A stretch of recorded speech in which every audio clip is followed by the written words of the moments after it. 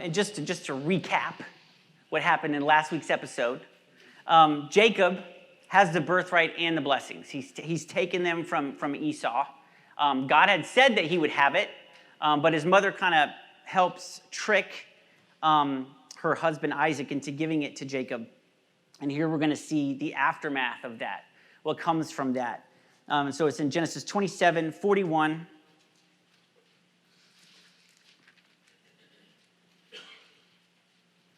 Esau held a grudge against Jacob because of the blessings his father had given him. He said to himself, "The days of mourning for my father are near. Then I will kill my brother Jacob." When Rebekah was told what her older son Esau had said, she sent for her younger son Jacob and said to him, "Your brother Esau is planning to avenge himself by killing you. Now then, my son, do what I say. Flee at once to my brother Laban in Haran. Stay with him for a while until your brother's fury subsides. When your brother is no longer angry with you and forgets what you did to him, I'll send word for you to come back from there. Why should I lose both of you in one day?" Then Rebekah said to Isaac, "I'm disgusted with living because of these Hittite women. If Jacob takes a wife from among the women of this land, from Hittite women like these, my life will not be worth living." For some reason, I picture her coming in like this. "I am disgusted with living." That's exactly what she sounded like. So here we see Esau, after Jacob takes a blessing, Esau decides, what any man would decide in this situation: I'm just going to kill him, right? I'm just going to kill him. As soon as my father dies, I'm going to kill my brother Jacob. And this further shows, last time we talked about that word that they used to describe him, Said, right? It was used as like a hunter, and we think like, oh, that just means like he like hunts deer. But the only other time we saw this word was when it was describing Nimrod, who was a killer and a murderer and an awful man. So I'm not saying that he's necessarily a killer or a murderer. We don't know that he's killed anyone before, but it's funny how quickly he goes to it to solve his problems, right? And it's not just some guy who wronged him. He's like, I'm going to kill him. That's what I'm going to do. I'm going to kill him. And his mother is like, Esau could kill him. I mean, I might say, I'm going to kill him. And everybody in my life is like, that's so cute. You're so angry. Look at you, you little man. Like you're not killing anybody, And I'll be like, I'll show you. I will kill. No, I'm just kidding. But it also makes us wonder how much of this guy's behavior is kept in check by his father, right? Esau doesn't deserve the blessing because the only thing that's keeping him from murdering his family member is he's like, well, Dad wouldn't like it. Once Dad's not around to not like it, I'll kill him. And then everyone will be happy, right? But Esau, if he kills Jacob, he will be killed either by the clan to like enforce the law, like you can't kill your family, or another of Jacob's kinsmen will actually exact revenge. It's called the Avenger of Blood. So if someone kills someone else, then that person's closest relative is going to go kill him, and then that person's closest relative is going to go kill him. And that's why she says, and this is a fairly common thing, that's why she says, why should I lose you both in the same day? Right? She knows this is just going to end in death for everybody. And so we do see that she does love Esau too, because she doesn't want him to die also. She could just be like, why would I lose my precious son Jacob? But she says, I don't want it. This will be the death of both of my boys. And so she comes up with a plan to send Jacob to her brother Laban. And it says, stay with him a while. Let's just send him to stay with him for a while. But the original word actually implies only a few days. Let's just send him there for a few days. But he ends up staying with Laban for 20 years. 20 years. She will never see him again. She's never going to see him again. It actually brings to mind what she said in the past where he was like, I don't know about this, dressing up like Esau, taking the blessing. And she's like, son, if there's a curse, let the curse be on me. And this kind of is her curse from doing things her own way, is that she won't see her son again. She won't see Jacob again. And the reason he's there for 20 years is because of her brother Laban, because of his trickery and his manipulation. She kind of, what you sow, you reap, right? She uses trickery and manipulation for Jacob to steal the blessing. And then when Jacob goes off, he's there for 20 years and she doesn't get to see him again because her brother's trickery and manipulation. We see it runs in the family. So even though things might have worked out where Jacob got the blessing, we see there's hard consequences for doing things her way rather than trusting God. She did get that curse. And her excuse for sending him away is that she won't marry as Esau has done. She's like, last week we talked about how his wives just made their lives bitter, right? And everyone's like, well, I was with my in-laws and life's pretty bitter right now. I would go with it. None of my in-laws, but other people, right? And so Isaac agrees. Isaac's like, yeah, you're right. I don't like him either. They've made my life better. Let's send him away. And so let's see what happens in Genesis 28, verse 1. So Isaac called for Jacob and blessed him. Then he commanded him, do not marry a Canaanite woman. Go at once to Paddan Aram, to the house of your mother's father Bethuel. Take a wife for yourself there from among the daughters of Laban, your mother's brother. May God Almighty bless you and make you fruitful and increase your numbers until you become a community of peoples. May he give you and your descendants the blessing given to Abraham, so that you may take possession of the land where you now reside as a foreigner, the land God gave to Abraham. Then Isaac sent Jacob on his way, and he went to Paddan Aram to Laban, son of Bethuel the Aramean, the brother of Rebekah, who was the mother of Jacob and Esau. Now Esau learned that Isaac had blessed Jacob and had sent him to Paddan Aram to take a wife from there, and that when he blessed him, he commanded him, do not marry a Canaanite woman, and that Jacob had obeyed his father and mother and had gone to Paddan Aram. Esau then realized how displeasing the Canaanite women were to his father Isaac, so he went to Ishmael and married Mahalath, that name's for grabs if you want to name your daughter something beautiful, the sister of Nebaioth and daughter of Ishmael, son of Abraham, in addition to the wives he already had. So here we see Isaac send Jacob off to gain a wife with a blessing. And if you remember, this whole thing was about a blessing. When Jacob was dressed up as Esau, Isaac blessed him, right? Passing on the blessing from Abraham. And he's passing it on to his son now. But if you remember that blessing, it didn't have all the elements that God had said to Abraham. God had said, be fruitful and increase in numbers, and you will have great nations that come from you. He says all those things. And Isaac doesn't say all of that when he's blessing Jacob. Maybe it was kind of because he was unsure if it was Esau. Maybe it was because he knew he was giving it to Esau and he knew it was supposed to go to Jacob. Maybe he was unimpressed with both of his sons and was just like, I can't give this blessing wholeheartedly because I'm not really happy about it. We don't really know, but he didn't say the whole blessing. But here we see when he sends him off to get a wife, he adds those other elements that were missing to be passed on from Abraham's blessing, to be fruitful and possess the land. One noted difference, one thing we see here we didn't see before at all, he says, increase your numbers until you become a community of peoples. And this is the first time we see this particular phrasing. In the original text, because I know everyone's just sitting there like, what's the original text? You know, I'm with you. It's Gahalamim, and it means a holy convocation of fellow countrymen. It's like an assembly of people that are set apart to be holy, and these people would all be from the same tribe or group of tribes. It's the first time we see this, and it's important because Jacob, who will be renamed Israel, he's the first father in this line whose children will all be part of the people of God. If you remember, Abraham had Ishmael and Isaac, and God chose Isaac, and so Ishmael's line was cut off. They were not part of the people of God any longer, completely different. And Isaac hands his off to Jacob, and Esau, who was not blessed, will not be a part of the people of God. His descendants, his line is cut off. But here with Jacob, this is the first time all of his children will be part of the people of God. His 12 sons become the 12 tribes of Israel, all of them. And we see that in the blessing where it says, may you become a community of people, may you become a community of tribes. That particular blessing that we see for the first time is saying this. So no lines will be cut off anymore. All his sons will be the tribes of Israel. And on that note, we see Esau go marry again, and he marries of the line of Ishmael. He's realizes, oh man, maybe I did wrong by marrying these Hittite women, these local pagan women. So he's like, man, I'm going to please my mom and dad this time. I'm going to go marry within the line. And he goes marries of the line of Ishmael, which isn't a part of the line of God. It's not a part of the family of God, which just shows Esau had no clue. He just had no clue what God wanted. He just seems like someone who never listened. Even when he's trying to get it right, he doesn't have the elements because he's never listened. He doesn't even know. He just never got it. And this alliance between Esau's people and Ishmael's people will form the vast majority of the Islamic nations that are at war with Israel, are the descendants of Esau and Ishmael in the combined line in the individual lines.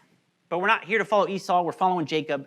So let's just continue on his journey in Genesis 28:10. It says, Jacob left Beersheba and set out for Haran. When he reached a certain place, he stopped for the night because the sun had set. Taking one of the stones there, he put it under his head and lay down to sleep. He had a dream in which he saw a stairway resting on the earth with its top reaching to heaven, and the angels of God were ascending and descending on it. There above it stood the Lord, and he said, I am the Lord, the God of your father Abraham, and the God of Isaac. I will give you and your descendants the land on which you are lying. Your descendants will be like the dust of the earth, and you will spread out to the west and to the east, to the north and to the south. All peoples on earth will be blessed through you and your offspring. I am with you and will watch over you wherever you go, and I will bring you back to this land. I will not leave you until I have done what I have promised you. When Jacob awoke from his sleep, he thought, surely the Lord is in this place, and I was not aware of it. He was afraid and said, how awesome is this place? This is none other than the house of God. This is the gate of heaven. Early the next morning, Jacob took the stone he had placed under his head and set it up as a pillar and poured oil on top of it.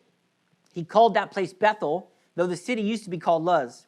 Then Jacob made a vow, saying, if God will be with me and will watch over me on this journey I'm taking, and will give me food to eat and clothes to wear, so that I return safely to my father's household, then the Lord will be my God, and this stone that I have set up as a pillar will be God's house, and of all that you give me, I will give you a tenth. So Jacob leaves Beersheba and sets out for Haran.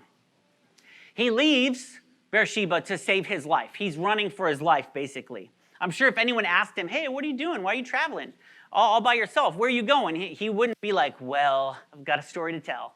He'd probably be like, I just thought it was time to see the world. Get out there, find a nice lady, and all the ladies nearby couldn't find him. Got to go somewhere else, right? I'm just off to see the world. He's going to cover what's going on. But that walking by himself, he's deep in thought. He's thinking. I'm sure he's filled with some regrets, some worries. And he's on this journey, and he goes about 40 or 50 miles from Beersheba to Bethel. And he goes to sleep on a pillow that he made out of a rock, which I always wonder in cartoons and in Lord of the Rings, they're sleeping on roots and rocks. And I'm just like, I just feel like grass would be more comfortable. I don't know why the rock is always where they rest their head. But while he's sleeping, this amazing sleep on a rock, he has this amazing experience with God in this place. And we really get the feeling this is the first time he's experienced God. He's having an experience with God for himself. It's the first time God speaks to him directly and not with his father's voice. He's heard things about God. He's surely heard things from his father, where his father says, God told me this, God says this. But this is the first time for himself he's experiencing this God. He's hearing the voice of God. We only see him speak God's name one other time before this, and it's when he's pretending to be Esau, when he's fooling his father, when he's lying, when he's in the depths of deceit. In Genesis 27:20, it says, Isaac asked his son, how did you find it so quickly, my son? And his response is, the Lord your God gave me success. The Lord your God gave me success. Not my God, your God, not mine. This man isn't someone who is following God. He's not looking for God. He's not on this journey like, I'm going to go find God. I need to get closer to this God. He's just on a journey. He's not seeking God.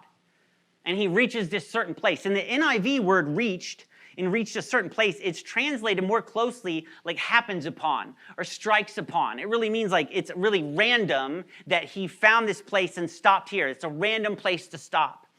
But something that's random to Jacob is not random to God. Because this place, Bethel, that he's stopping just because that's as far as he could get, it's actually one of the first places in the promised land that Abraham set up an altar and called on the name of the Lord. And then when he went to Egypt and made all those mistakes and came back, it's the place he returned and set up an altar and called on the name of the Lord again. And here Jacob finds himself here by chance. We like to think sometimes that things rest outside of his providence, like there's luck or coincidence or like chance happenings. But Daisy always says there's no coincidences. There's only God. A God that Jacob is not looking for, but he's found anyway. And it's kind of a wonder that God bothers himself with this man. I think when we read the Bible and we come across these characters, we think like, man, I don't really like this guy. I don't know why God chose this person. And sometimes it causes doubt because we're like, why would God choose this person? This guy's deceitful. He's a liar. And even after he has this encounter with God, he's like, whoa, that was amazing. I just encountered God. If you do these things for me, if you bless my journey, if you feed me, if you give me clothes, then you're going to be my God, bud. I'll let you call me your son. Right? That's his response. And it just shows where his heart is and like what a limited understanding he has. And it really drives home, like if you're like, I don't like this guy, and then he encounters God and then he says that, you're like, yeah, I don't like him. I like him less than I did before. And this dream, it brought him to his knees. He was like, this is awesome. But it's more like, man, he's on his knees in awe of like what just happened rather than like repentance. He's not on his knees repenting. He's just like, whoa. He's on his knees in awe. And the first thing he begins to do is try to bend God's will to his. He's like, man, this is a powerful God. I could really use this power. God, if you do these things, if you do what I want you to do, then I'm going to follow you. And honestly, when we read this, I mean, no one likes this guy. And even if it's your first time reading the Bible, you're just like, man, I don't know God very well, but that just doesn't seem like it would sit well with me. You know, like if my kid came to me and was like, if you feed me breakfast, lunch, and dinner, buy me the clothes I want, buy me the toys I want, then you can be my dad. You know? And I'd be like, if you go to your room, if you shut your mouth, then you can live. You know? But if we think about it, we're kind of the same. We're kind of the same. We pray for what we want. We ask God what we want him to do. You know, we may pray, may your will be done, but we're asking for our will to be done because we think what's best for our lives and for those around us. We know what's best for those around us. And when he doesn't answer our prayer, how do we respond? When he doesn't answer our prayer, we said, well, I don't know if you're going to be my God. I don't know if I'm going to continue to follow you because you're not answering my prayers. You're not doing what I want you to do. In fact, I've talked to many Christians or people who have stopped following God, and they always say, well, I prayed this and it didn't happen. It's like, well, maybe God had a better plan. Maybe God had a different plan. So you stopped following God because he didn't do what you wanted him to do. That's the spirit that Jacob has here when he's like, I will follow you if you do what I want you to do. But it's not following if God's doing what you want him to do. God's following you. And that's what Jacob is asking for. And honestly, that's what we are often asking God to do. Answer our prayers, do what we want. Or we think in our hearts, well, I don't know if I'm going to continue to follow him. I don't know if I'm going to continue to read this Bible and see what he says. Because he's not answering my prayers. And so as much as we don't like Jacob, like in all honesty, are we any better than Jacob? Are we more holy than Jacob? Are we more deserving than Jacob? When we look at it. But let's look at this other character in this encounter. When God reveals himself to Jacob, when Jacob is talking to God, we see just more of the same old Jacob, but you're like, yeah, I don't like this guy. But when God reveals himself to Jacob, this Jacob, who has just tricked his father, tricked Isaac, who up to this point has a much closer relationship with God. Isaac is the heir. Isaac has received the promise. The son of Abraham. He has followed God's will. This is God's son. He has the covenant with God. He has the promise from God, a holy covenant with the living God, and Jacob has stolen it. He came by it dishonestly, and by the looks of it, he has no idea what he's taken. He stole the covenant. How disrespectful is that to God? Is that respecting God? I mean, if you knew who God was and what he could do, you might be like, man, I don't know if I want to mess with that. I don't know if I want to mess with that because what would God do to me? I mean, does that constitute sin? You would think that Jacob is right for a little talking to. You would think that God's like, oh yeah, okay, Jacob, let's have a little dream. I'm going to take you up this ladder and then I'm going to drop you. Right? Because you need to know who you're talking to. Right? I mean, that's how we get, right? Little kids or your children or someone's like talking to you a certain way, you're like, you need to get a little fear of daddy in you. You need to know who you're talking to, Aurora. You know? And she's like, I don't know, I'm small. right? I mean, we get like that. We're like, you need to know you're talking to. And we picture God, like God's been like, hey, Jacob, man, I'll be your God. We need to get up on the right foot here, okay? Like just power, lightning, fire, right? And that's honestly, I mean, that's sometimes how we view God. It is. Like when we're running from God or like when we don't know God, it's just like, man, I just picture my first conversation with God is going to be like, look what you've done. Let me tell you something. Let me tell you, you did this and you did that. I was not pleased when you did that. I honestly, I'm a God of love, but I had a little hate for you when you did this, right? I mean, we just picture that God's just going to ream us out. He's just going to lay into us. It happens all the time. When we fall into sin, we're like, we don't go to church that Sunday because we're like, man, if I go to church on Sunday, you know what I'm going to hear? Things about me, things I don't want to hear, right? I'm not ready to deal with that. And then we don't go for 2 weeks because we're like, I don't want to hear it. And we kind of don't pray because we just view God like that's what God is going to do.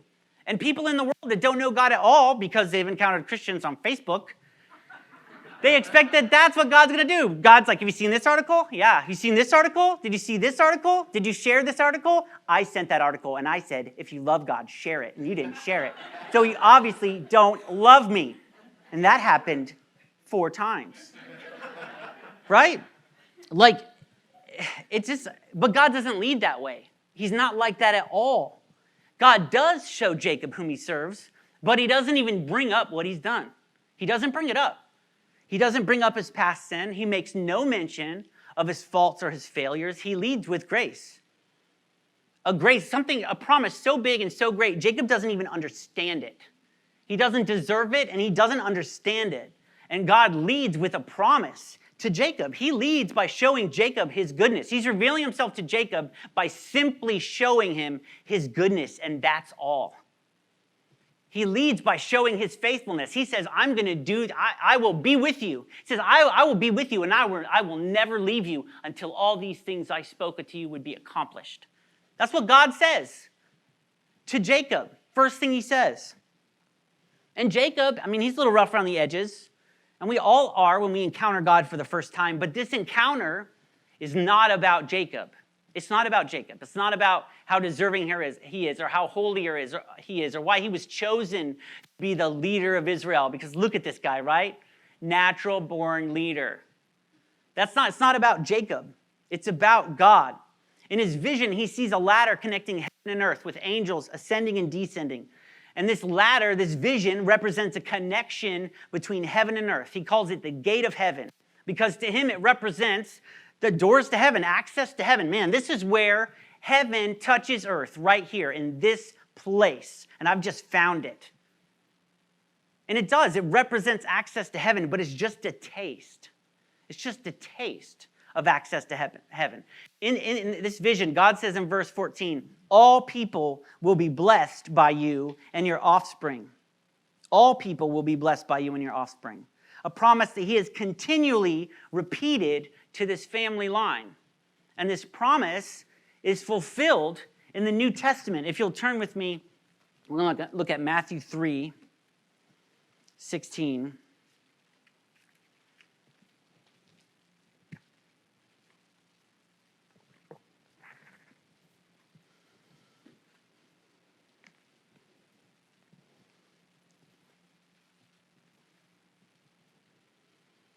And again, we see the heavens open. But it's not just Jacob. It's not just the person experiencing it who sees it. It says, as soon as Jesus was baptized, he went up out of the water. At that moment, heaven was opened, and he saw the Spirit of God descending like a dove and alighting on him. And a voice from heaven said, this is my Son, whom I love. With him I am well pleased. This is God showing Jesus, that ladder where Jacob, your forefather, saw angels ascending and descending, that access to heaven. Now you're seeing the heavens open up and the Spirit of God descending from heaven and touching upon earth on my Son. This is heaven come to earth. This is a fulfillment of a long ago promise. And then it also, in John 14:6, Jesus continues to speak of this same thing when he says, I am the way and the truth and the life. No one comes to the Father except through me. He's saying, I am the ladder. I am the ladder. I am the access. This is how you get to heaven. I am your access to heaven. I'm your access to God's voice. And then he doesn't stop there, because God's just like, he's not pleased with the ladder. He's not happy with just a ladder. And then in Acts 2:17, it says, in the last days, God says, I will pour out my spirit, that dove, the spirit of the living God that has descended on Jesus. He says, I'll pour out my spirit on all people. On all people. Your sons and daughters will prophesy. Your young men will see visions. Your old men will dream dreams. Even on my servants, both men and women, I will pour out my spirit in those days, and they will prophesy. And they will prophesy. He then leaves. When Jesus leaves, God sends the Holy Spirit to even further expand this access to heaven. The Spirit of God can now sit in any of us. What used to be, and I think because we've been living in this, we don't really understand how amazing it is. Because for the Israelites who were following God way before Jesus came along, the presence of the living God was only in the Ark of the Covenant. If they lost the Ark of the Covenant, man, it was devastating, because they were like, oh no, that was our access to heaven. That was God. That was the Spirit of God. It was in that box. And then when it was at the temple, they were like, and the temple was destroyed, they were like, oh no, that temple, that was where the ark sat. That was where we met God. That was the only place we could meet God. That is where we went to find out what God wanted and what God said. In that one place, that was the only place to go. That was the ladder. And then all of a sudden, heaven comes to earth. But not in a ladder, not in a single access point. It's an outpouring. It's an outpouring over everyone. Anyone can have it. What changed this man's life, this encounter that Jacob has with God, is open to anyone. To anyone.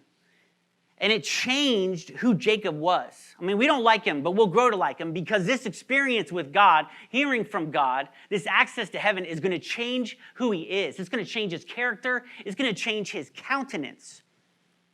His very countenance. This same grace that God showed this undeserving man, God is showing that grace. He made it so he could show that grace to everyone, to the ends of the earth.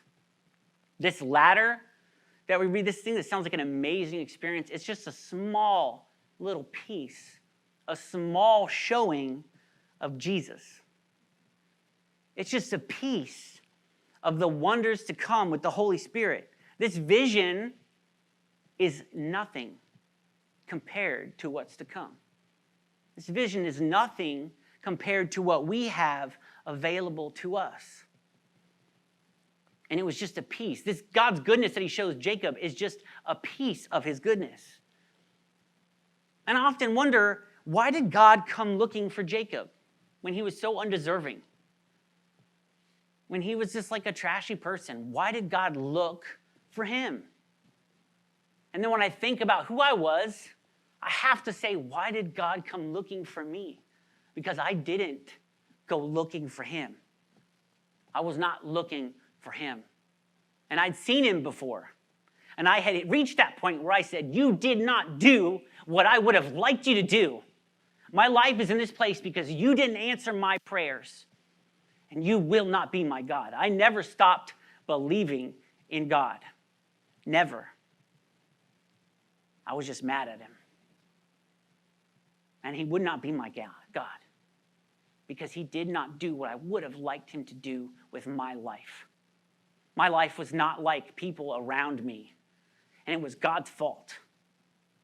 And he did not do what I wanted him to do when I wanted him to do it. And so I said in my heart, you will not be my God. But he chased me down anyway. Just as he chases all of us down. He seeks us out, and we don't deserve it. No matter who you are, no matter what you've done, no matter how great you are, or how bad you are, you're never going to deserve it. But God leads with grace. He leads by showing his faithfulness. He leads by saying, and I will never leave you nor forsake you. I will be with you until my promise is fulfilled. Sometimes, even those of us who've walked with Jesus for some time, we become a little too aware of our shortcomings. I'm always aware of my shortcomings. I think about my shortcomings far more often than I think about the power of God.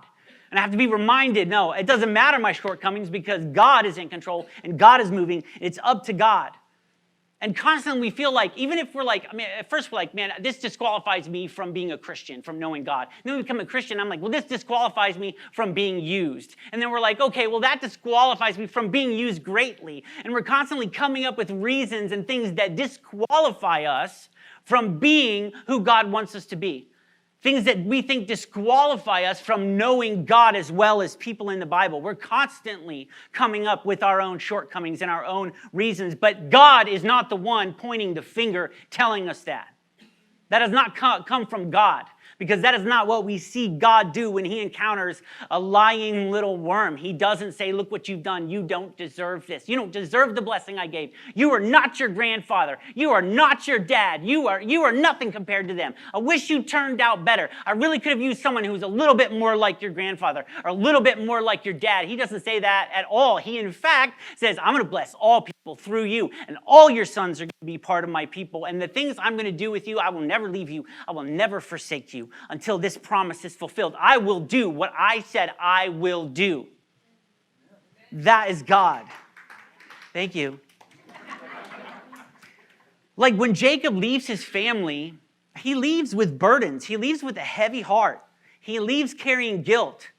And he leaves possibly believing that there's no way he could have the promise now when his father said, may you inherit this land. May you grow into a great nation and you will have this land, the promised land. Well, right now he's leaving the promised land and he's in retreat because his brother's going to kill him. And he's leaving like there's no way. Dad may have spoken that blessing over me. He may have passed it on to me, but there's no way it can happen because I am now leaving the promised land. And I don't know when or if I can return, because when I return, death awaits me here. For Abraham and Isaac, it was just like, the standard for Abraham is like, I don't know what's going to be there. There could be other tribes. I don't know what the land looks like. I'm just following God. For Jacob, he's like, if I return, what awaits me there is death.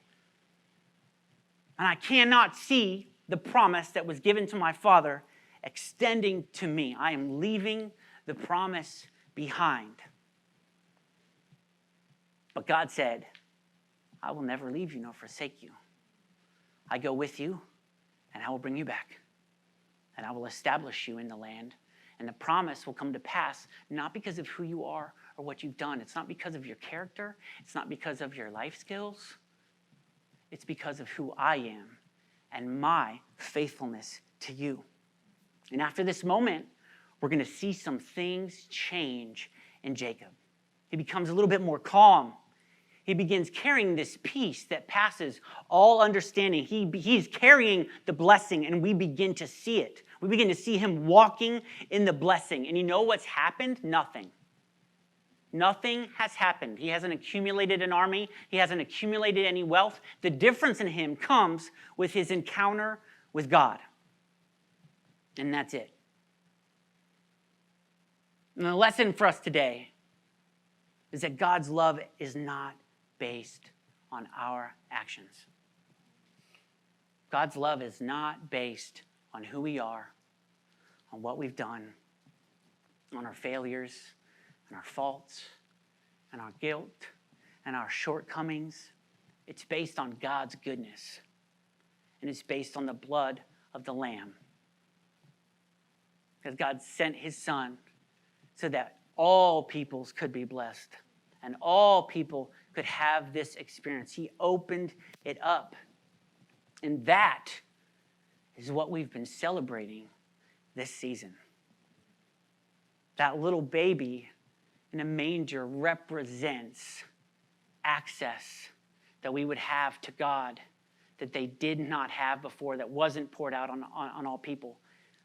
The baby in the manger is the evidence of God's goodness, of God fulfilling his promises. And that little baby came down the line from this man who did not know and would not see with his own eyes how God would do even more than he promised through him, the undeserving. And God can do even more through each one of you, no matter how undeserving you are. And it is his desire to do that. He wants you to know him, and he wants to lead with his goodness in his grace, he doesn't want to lead that conversation talking about you. He wants to lead that conversation talking about himself and how much he loves you.